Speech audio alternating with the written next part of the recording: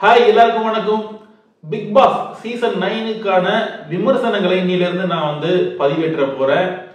இன்னையோட big Boss season 9 தொடங்கி 11 நாள் ஆகுது. இந்த 11 நாள்ல நிறைய விஷயங்கள் நடந்திருக்கு. 2 பேர் வெளியே போயிட்டாங்க. ஒருத்தங்க அவங்களாவே போயிட்டாங்க, நந்தினி. இன்னொருத்தர் பிரவீன்காந்தை வெளியேற்றிட்டாங்க. பிரவீன்காந்த் இருந்த வரைக்கும் எதுவுமே பண்ணல, அதனால அவர் போனதை பத்தி யாரும் கவலையும் படல. சீசன் 9 பொறுத்த வரைக்கும் 20 பேர் வந்தாங்க. 20 பேர்ல 2 பேர் அவுட். 18 பேர் இருக்காங்க. 18 பேரும் என்ன ஆடுறாங்கன்னே தெரியலங்க. சீசன் 1ல இருந்து 7 வரைக்கும் ரொம்ப சூப்பரா இருந்துச்சுங்க. காரணம் அந்த சீசன்ல தொகுத்து வழங்கினது தான் முக்கியமான விஷயம். கமல்ஹாசன் உலக நாயகன், அவரை பார்க்கறதுக்காகவே கிரேஸுங்க அவ்வளோ பேர் வருவாங்க. இருந்தாலும் லாஸ்ட் சீசன்ல விஜய் சேதுபதி வராரு அப்படின்னு சொன்னாங்க. விஜய் சேதுபதி ஏதாச்சும் தலைகீழ மாத்திடுவாரு, பிக் பாஸையே புரட்டிடுவாரு அப்படின்னு நினைச்சோம். காரணம் என்னன்னா, விஜய் சேதுபதி கொஞ்சம் நல்ல மனிதர். பேசிக்கலா ஒரு நல்ல மனிதர்ன்றதுனால அவர் நல்ல விஷயங்களை பண்ணுவாரு. பிக் பாஸ் கமல்ஹாசன் சார் பண்ணதை விட இவர் இன்னும் நல்ல இடத்துக்கு கொண்டு போவாரு அப்படின்னு நினைச்சிட்டு இருந்தோம். 8வது சீசன்ல ஒண்ணுமே பண்ணல. சரி, 9வது சீசன்லயாச்சும் ஃபர்ஸ்ட் சீசன்ல அவர் கத்துக்கிட்டாரு நிறைய விஷயங்கள். எதுவும் தெரியாது, தொகுத்து வழங்குறது எப்படின்னு தெரியாது, அதான் ஃபர்ஸ்ட் டைம் பண்ணாரு. இப்போ 9th சீசன்ல அவர் நல்லா பண்ணுவாரு, பெர்ஃபார்மன்ஸ் பண்ணுவாரு அப்படின்னு நினைச்சா இந்த சீசன்லயும் அவர் எதுவுமே பண்ண மாட்டாருங்க. யாரையுமே பேச விட மாட்டேங்கிறாரு. அவருக்குன்னு தனியான ஒரு விஷயமும் கிடையாது. கமல்ஹாசன் நிகழ்ச்சி தொகுத்து வழங்கும் போது வாரம் ஏதாச்சும் ஒரு புத்தகத்தை மக்கள் கிட்ட அறிமுகப்படுத்துவார். இதன் மூலமா மக்களை ஒரு வாசகர்களா, ஒரு ரீடரா உருவாக்கினார். பல பேர் புதிய புத்தகங்கள் படிக்க ஆரம்பிச்சாங்க. படிக்காதவங்க கூட புத்தகங்கள் படிக்க ஆரம்பிச்சாங்கன்னா அது கமல் சார் தொகுத்து வழங்கின நிகழ்ச்சியில தான். விஜய் சேதுபதி அது மாதிரி புதுமையான எந்த ஒரு விஷயமும் பண்ண மாட்டேங்கிறாரு. அது மட்டும் இல்ல, விஜய் சேதுபதியை பார்த்தா பயமும் வர மாட்டேங்குது. கமல் மேல இருந்த பயம் விஜய் சேதுபதி மேல சுத்தமா இல்லை. 9th சீசன்ல இன்னும் சொல்ல போனா இது அடல்ட் கண்டென்ட்னு சொல்லலாம். குழந்தைங்க பார்க்க முடியாத கண்டென்ட்டா 9th சீசன் இருக்குங்க. அவங்களுடைய ஆடை கலாச்சாரமாகட்டும், அவங்களுடைய நடை உடை பாவனை, அவங்களுடைய நடிப்பு எல்லாமே பார்த்தீங்கன்னா குழந்தைகள் பார்க்கவே முடியாது. இதுல நிறைய அடல்ட் கண்டென்ட் இருக்கிறதுனால இதை மானிட்டர் பண்ணணும். கவர்மெண்ட் தொலைக்காட்சிக்கு மானிட்டரிங் கிடையாது, அதை ஒரு சர்டிபிகேஷன் கிடையாது அப்படிங்கிறதுனால என்ன வேணாலும் பண்ணலாம் அப்படின்னு சொல்லிட்டு இந்த விஜய் டிவி நிர்வாகம் பிக் பாஸ் எப்படி எப்படியோ கொண்டு போயிட்டு இருக்கு. மானிட்டரிங் அதுக்கும் கொஞ்சம் கொண்டு வந்தா, கவர்மெண்ட் கொண்டு வந்தா இது போல அடல்ட் கண்டென்ட்லாம் நம்ம ஃபில்டர் பண்ண முடியும். அது மட்டும் இல்லாம பப்ளிக்ல இது போன்ற ஒரு நிகழ்ச்சிகள் நடக்கும் போது யாரு பார்ட்டிசிபென்ட்ஸ் இருக்காங்களோ அவங்களுக்கு நீங்க இந்த மாதிரிலாம் நடக்கக்கூடாது அப்படின்னு ஒரு ரூல் பண்ண சொல்லணுமா வேணாமா?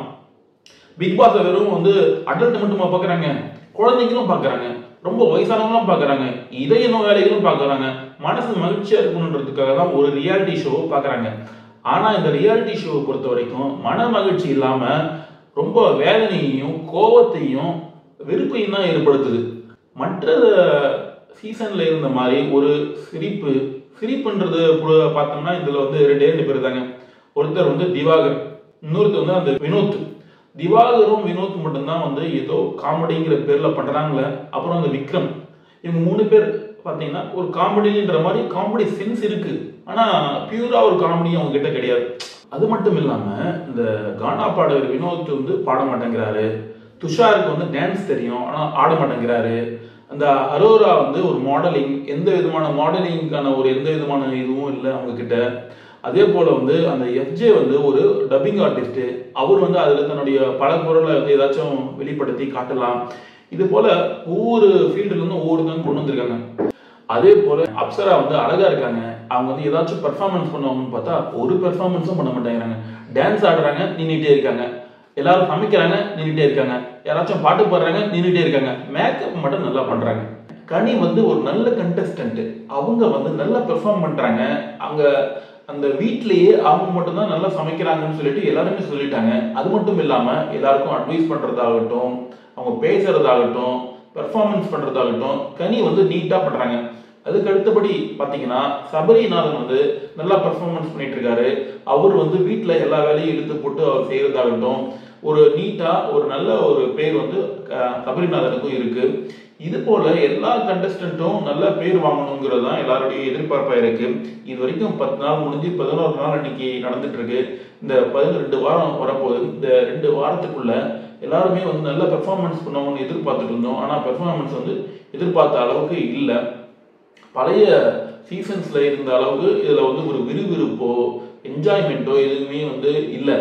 இது வந்து வரக்கூடிய நாட்கள்ல இருக்கும்னு வந்து எதிர்பார்க்கலாம். அடுத்து வந்து பிக் பாஸ் என்ன மாதிரியான விளையாட்டுகளை வச்சிருக்காரு, என்ன போட்டிகள் நடத்த போறாரு அப்படின்னு நம்ம வந்து பொறுத்திருந்து தான் பார்க்கணும். நான் வந்து ரொம்ப லேட்டா வீடியோ போட்டாலும் அந்த வீடு பத்தி சொல்லி ஆகணும்.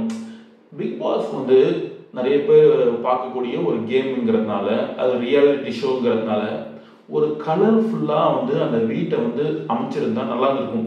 ஒரே சிங்கிள் டோன்ல வந்து அந்த வீடை வந்து அமைச்சிருக்காங்க. அதனால வந்து ஒரு பார்க்கறதுக்கு கண்ணுக்கு வந்து ஒரு சோர்வு ஏற்படுது. கலர்ஃபுல்லா இருந்தாக்கா பார்க்கறதுக்கே ஒரு ஃப்ரெஷ்னஸா இருக்கும். அந்த ஃப்ரெஷ்னஸ் வந்து இந்த சீசன்ல வந்து மிஸ்ஸிங். யார் இந்த ஆர்ட் டைரக்டர்னு தெரியல. அவர் பண்ணது வந்து ரொம்பவே சொதப்பல் இந்த வருஷம். இது யாருமே வந்து சொல்லலையா என்னன்னு தெரியல. அது வந்து ஒரு விஷயம். அதே போல வந்து அடுத்தடுத்த வாரங்கள்ல ஒவ்வொருத்தவங்களும் என்ன பெர்ஃபார்மன்ஸ் பண்ண போறாங்க, அடுத்த இந்த வாரம் வந்து யாரு வெளியே போறாங்க அப்படிங்கறது அடுத்தடுத்த விமர்சனங்கள்ல நம்ம வந்து பார்க்கலாம். பிக் பாஸை தொடர்ந்து பாருங்க. சீசன் 9 இன்னும் பொடிவோட அழகோட விறுவிறுப்பா இன்ட்ரெஸ்டிங்கா வரணும்னு சொல்லிட்டு உங்களை போலவே நானும் எதிர்பார்க்கிறேன்.